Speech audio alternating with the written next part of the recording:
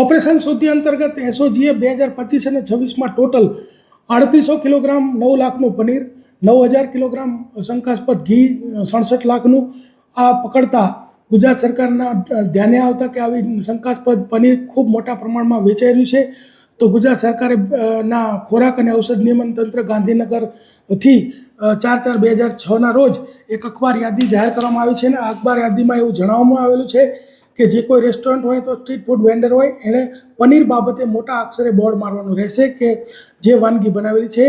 એ analogous paneer એટલે કે palm ઓઇલના પનીરની બનેલી છે કે પછી શુદ્ધ દૂધના પનીરની બનેલી છે. આ બોર્ડ ફરજિયાત છે. લોકો આમાં અવેર થાય અને લોકો પ્રશ્ન પૂછે કે આ બોર્ડ લગાવેલું છે કે કેમ, એ જોવે અને જો ન લગાડેલું હોય અને તો એમની પાસે છેતરપિંડી થતી હોય તો અમને જાણ કરે.